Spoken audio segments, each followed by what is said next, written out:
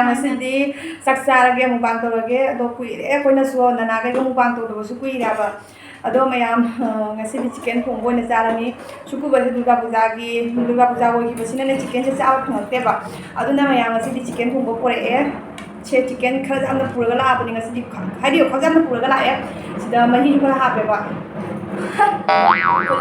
ꯁꯣꯝꯗ ꯙꯨꯜꯖꯩꯔꯤ ꯉꯥꯛꯇ ꯀꯩꯒꯤꯅꯣ ꯁꯦ ꯂꯨꯍꯣꯡꯕꯅꯤꯅꯦ ꯁꯤꯗꯤ ꯃꯌꯥꯝꯁꯤꯗ ꯂꯨꯍꯣꯡꯕ ꯑꯃ ꯂꯩꯔ ꯃꯥꯅ ꯙꯨꯜ ꯆꯩꯈꯠꯂꯦꯕ ꯑꯩꯅ ꯍꯦꯛ ꯚꯤꯗꯤꯑꯣꯁꯦ ꯑꯣꯟ ꯇꯧꯔꯛꯄꯒꯅꯦ ꯃꯣꯏꯒꯤ ꯙꯨꯜꯁꯤ ꯆꯩꯕ ꯍꯧꯒꯠꯂꯛꯑꯦꯕ ꯑꯗꯣ ꯃꯌꯥꯝ ꯑꯩꯅ ꯐꯦꯟ ꯐꯥꯎꯕ ꯊꯥꯗꯦꯕ ꯃꯈꯣꯟ ꯊꯣꯛꯀꯅꯤ ꯍꯥꯏꯅ ꯑꯩꯒꯤꯗꯤ ꯏꯁꯄꯤꯀꯔ ꯂꯩꯖꯗꯕꯅꯤꯅꯅꯦ ꯑꯗꯨꯅ ꯃꯈꯣꯟꯗꯣ ꯇꯥꯕ ꯐꯪꯉꯔꯣꯏ ꯐꯦꯟꯐꯧ ꯊꯥꯗꯦꯕ ꯑꯗꯣ ꯂꯨꯍꯣꯡꯕꯁꯤꯅ ꯁꯣꯝꯗ ꯀꯟꯅ ꯙꯨꯜ ꯆꯩꯈꯠꯂꯦ ꯑꯗꯣ ꯃꯌꯥꯝ ꯉꯁꯤꯗꯤ ꯆꯤꯛꯀꯟꯁꯦ ꯈꯔ ꯌꯥꯝꯅ ꯄꯨꯔꯛꯑꯕꯅꯦꯕ ꯆꯥꯔꯒꯦ ꯉꯁꯥꯏꯒꯤ ꯀꯩꯁꯨꯝ ꯇꯧꯔꯝꯕꯣꯗ ꯍꯧꯖꯤꯛꯇꯅꯤ ꯇꯧꯈꯠꯂꯛꯏꯁꯦ ꯃꯌꯥꯝ ꯃꯁꯤꯅ ꯄꯨꯔꯥ ꯊꯜꯂꯝꯃꯤꯅꯦ ꯍꯧꯖꯤꯛꯇ ꯂꯣꯏꯊꯣꯛꯈ꯭ꯔꯦ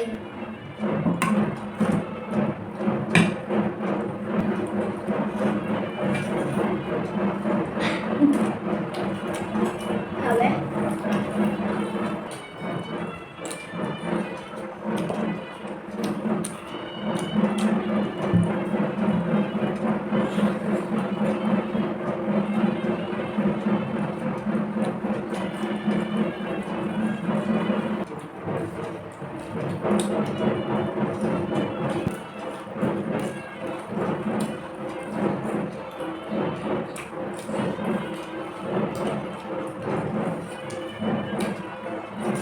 ꯑꯩꯅ ꯅꯪꯅ ꯄꯤꯔꯣ ꯑꯗꯨꯗꯤ ꯀꯔꯤꯟꯖꯥꯛ ꯆꯥꯒꯗ 너무 까린다 자 햇반을 넣으면 돼. 잠깐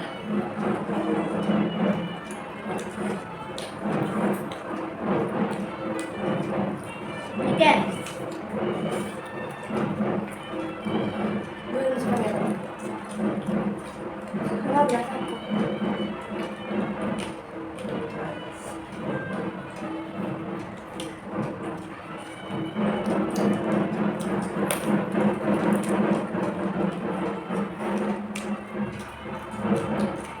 이거 내가 본 이제.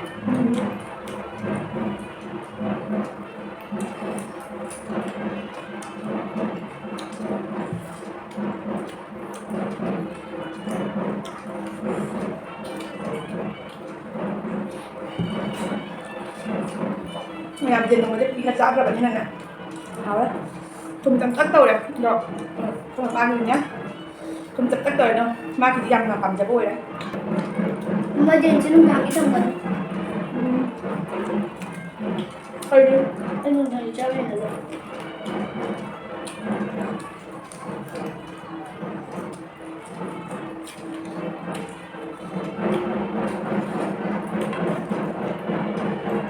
quên lên tiền việc đi thùng ở gia đình việc khá là gia đình nào quên là ná nữa nè thôi ngày cháu cho nào đã lên mới lên được mà chăm đấy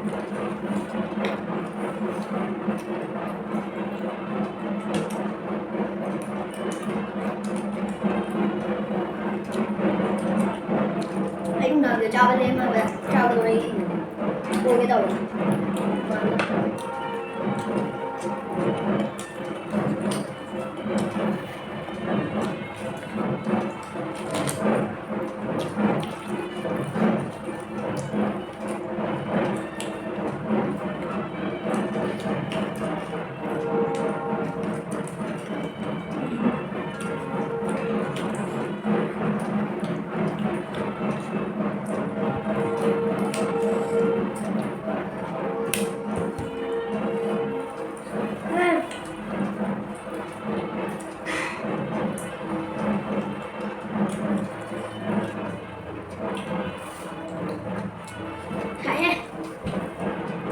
ngồi kia mà cô hấp rồi hấp đi nào tại vì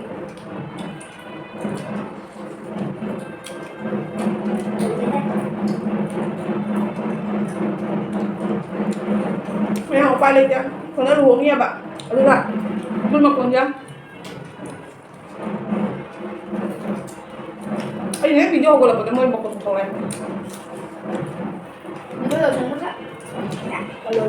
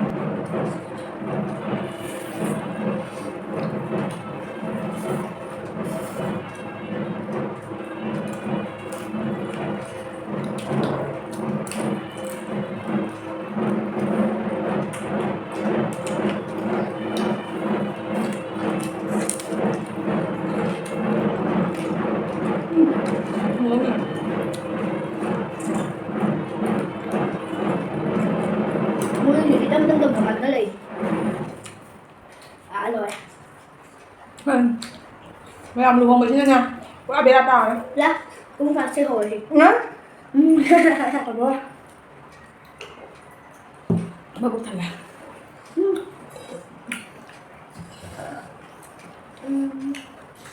Chào với chana pini, nana ko bani chilin. Mukbang cứ muốn chỉ là không này cái gì. Rang rồi.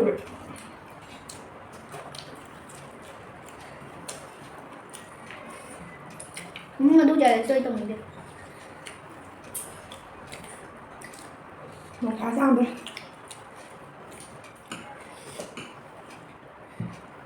Cái gì nào được? Rồi.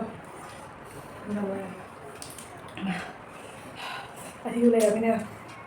Để làm sao tôi đi cây khăn lên mình. Thì chicken thì đúng rồi. Ăn mình ra đúng không mình đẹp ạ. Em mà phiền cơ.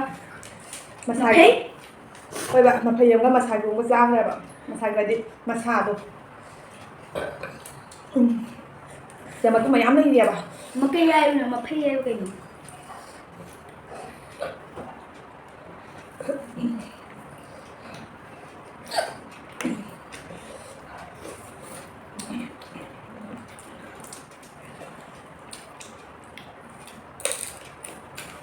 Hay cái đồ đâm không tao nữa. Chúng chắc không phải là rồi. Đâm luôn cái đó đi à? Ây dồi đấy. Nhưng mà đúng thầm là mai này nó không đi được.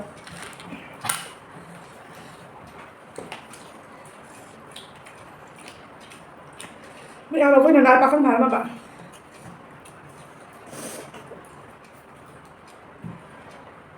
Nó là tôi muốn một tôi giá tài thì bà không phải mà bà chịu.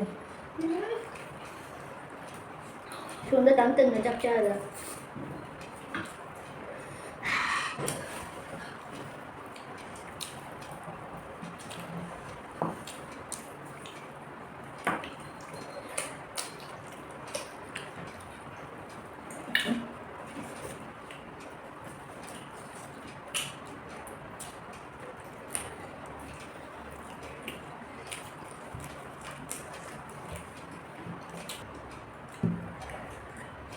Chị này nên là mukbang chán nên mukbang chán là sao rồi chứ nó mà hôm nào giờ này hôm làm của ai bạn. Tại quê bây giờ.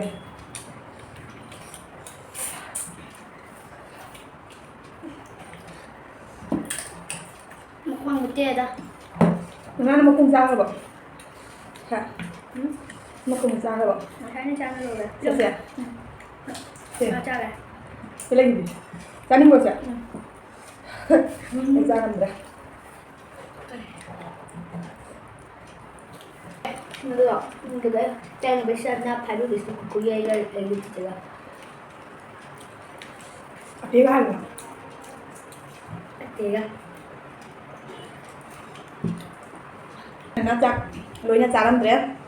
Ado ngasi video se aku ina batun chu chak chak ja bania badu gi ngai de lu mo dung dang to sor ma thong mari nai ho tre ba do mayam ai gi speaker bu lai tam ne ina ngang gi ba chari ba mayam nya taram mo ri khang ne ado ga su dum ne matam kuina matung da chicken cha bani na jam chu hau re asi ge ko chak sai si machi da ne ke ching ni ka sum asanga ma de ke sum lai ta ba adu na ne ai de aktar ka da chak sa ra sira ina na na din dum ho da ma cha si ha bu ne aktar dum sari ne ba adu na chik na ba ko na ba ka sum lai ho da ba na adu na se pom hwai chị ở đây là sĩ bông hoài sĩ yam hao này bà bông hoài gì asang bông hoài gì cái nhà thôi là lấy tiền bà nè anh ngô bông hoài đó nó nằm là lấy bà đó asang mà mana na đang lấy cái gì đúng lấy bà đó mà ta sai siêu là chia sẻ cái lúc mà chị trở cái hao ai mà hao được thuộc tâm này bà đó là siêu chia sẻ máy đồ chia là trang này yam hao hết rồi mày làm video sai là đúng rồi sai là em thành cái blog tao muốn thành là